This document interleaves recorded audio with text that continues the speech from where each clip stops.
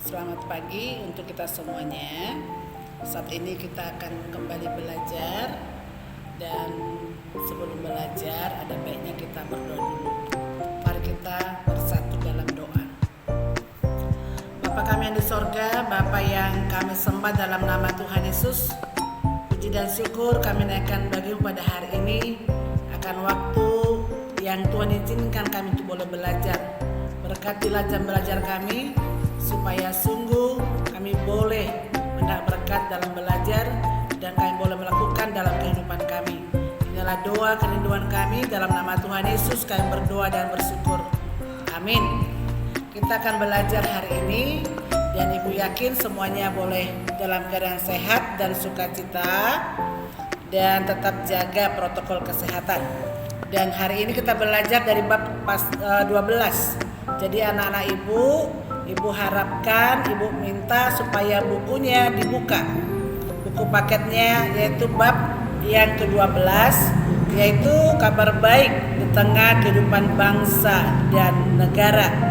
Jadi kita mau belajar, kalau minggu yang lewat kita belajar damai sejahtera menurut Alkitab.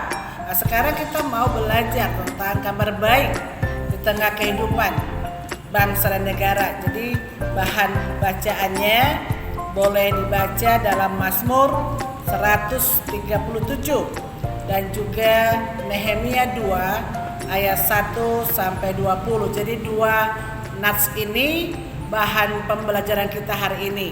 Yang pertama tadi Mazmur 137 satu pasal itu, dan yang kedua Nehemia pasal 2 ayat 1 sampai 20. Bagaimana kita mau lihat di sana apa kata Alkitab tentang kabar baik tengah-tengah kehidupan. Yang pertama kita mau lihat atau belajar dari pengalaman bangsa Israel ketika mereka dibuang di Babel. Jadi coba kita bayangkan bagaimana mereka dibuang di Babel. Mereka ada di sana sekitar 70 tahun. Jadi coba 70 tahun mereka dibuang, itu akibat ketidaktaatan kepada firman Tuhan. Jadi walaupun mereka sebagai umat pilihan, tapi karena mereka tidak taat, mereka dihukum, mereka dibuang. Dan pada masa itu raja di sana yaitu Raja Nebukadnezar sebagai Raja Babel. Dan mereka banyak orang Yahudi yang ditawan di sana, diperbudak di sana. Coba bayangkan peristiwa perbudakan. Kalau namanya perbudak, apakah ada damai sejahtera atau apakah ada kabar baik di situ? Jadi bagaimana ketika di tengah-tengah pergumulan itu, tengah-tengah situasi itu datang kabar sukacita, datang kabar dikatakan bagaimana Allah akan menolong mereka.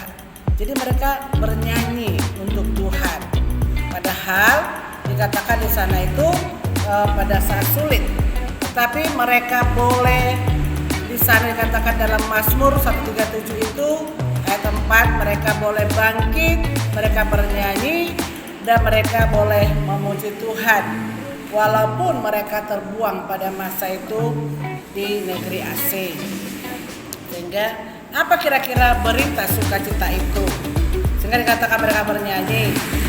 Berita sukacita itu boleh kita lihat bagaimana dalam kitab Yesaya ayat 52 ayat 7. Saya dikatakan bahwa dikatakan sana mereka akan diperbolehkan kembali ke kota Sion atau kota Allah.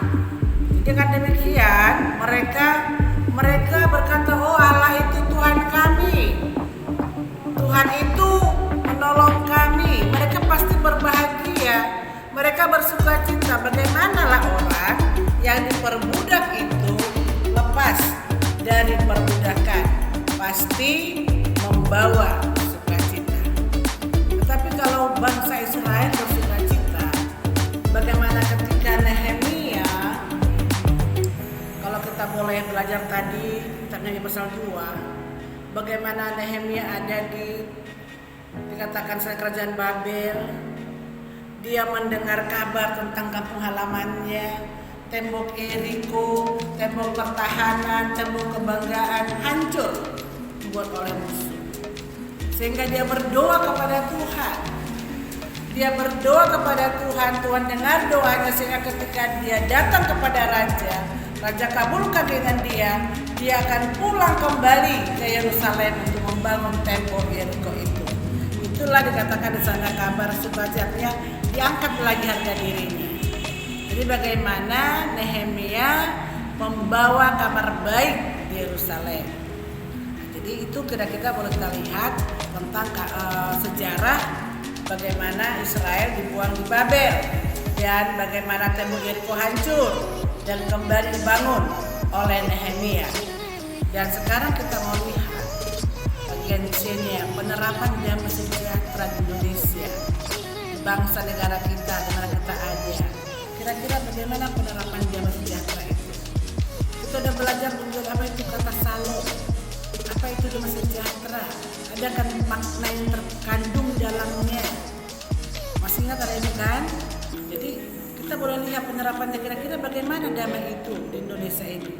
Apakah menurut kita sudah terlaksana apa belum? Dan bagaimana kita sebagai orang percaya, orang Kristen membawa kabar baik itu. Tapi sekarang mau kita lihat di zaman sekarang ini, khususnya sekarang ini kan ada COVID-19 menghantui kehidupan orang banyak. Kira-kira bagaimana orang bersuka cita di situ? Dari sinilah kita mau lihat, disitulah kita mau datang sebagai orang percaya, meyakinkan orang-orang yang ketakutan, yang kecemasan, supaya percaya Tuhan, supaya yakin kepada Tuhan, dan juga taat pada firman Tuhan. Dan juga itu tadi soal penyakit. Yang kedua, mungkin kita lihat banyak kali masih kemiskinan, masih banyak lagi orang menengah ke bawah. Bagaimana kira-kira bagaimana mereka bisa ada damainya? Bagaimana bisa bersuka cita? Sehingga kita lihat di situ itu masalah. Jadi boleh perhatikan juga bagaimana SDM manusia, sumber daya manusia itu gimana kira-kira. Nah, itu kita lihat. Jadi boleh perhatikan di bukunya, perhatikan di buku paketnya kemiskinan masuk Indonesia. Boleh ada tabelnya di sana. Ada indeks perbandingan pembangunan Indonesia dengan negara lain tahun 2013. Itu perhatikanlah ya, diperhatikan. Dan juga di sana juga ada tabel persentase orang miskin Indonesia. Jadi itu boleh kamu baca, kamu bandingkan kira-kira bagaimana ya caranya supaya damai itu ada. Bagaimana ya supaya kabar baik itu ada. Nah, sama seperti tadi orang Israel dibuang ke Babel, tapi ada kabar sukacita.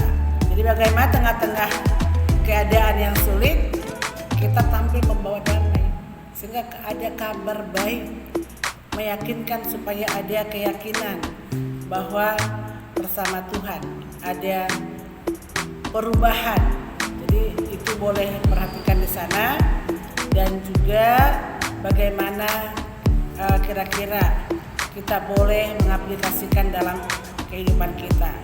Jadi ibu minta anak ibu boleh perhatikan sekelilingnya, bagaimana kita diminta sebagai orang percaya. Kan itu tugas kita ya, masih ingat ya kan, Matius 5:9, berbahagia orang bawa damai karena mereka disebut anak-anak Allah.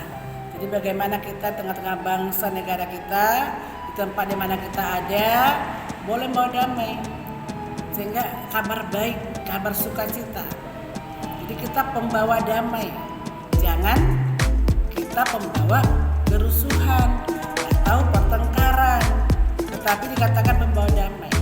Jadi bagaimana Nehemia membawa kabar baik ke Yerusalem, kira-kira kabar apa yang kita bawa tengah-tengah rumah kita, tengah-tengah lingkungan kita, tengah-tengah sekolah kita, supaya betul-betul kita boleh pembawa damai. Jadi itu yang mau kita lihat, apa kata firman lewat Mazmur tadi dan juga lewat kitab Nehemia. Oke anak ibu, Nah, itu coba diperhatikan ya nak ya. Oke. Ibu yakin sebagai umat Kristen kita Indonesia, dikatakan semua terpanggil untuk menghadirkan damai Allah. Jadi damai sejahtera Allah, kita sudah belajar apa itu damai sejahtera menurut Alkitab. Itu yang perlu kita hadirkan. Damai sejahtera itu tidak bisa dihadirkan hanya dengan berdoa saja, melainkan melalui tindakan. Apa yang kita lakukan sebagai pelajar? Apa yang kita lakukan? Dan dikatakan di sana bagaimana tindakan-tindakan yang dilakukan, diantaranya bisa kita berdayakan baik kelompok, masyarakat, apa yang boleh kita lakukan sehingga kita berpengaruh kepada lingkungan di mana kita ada.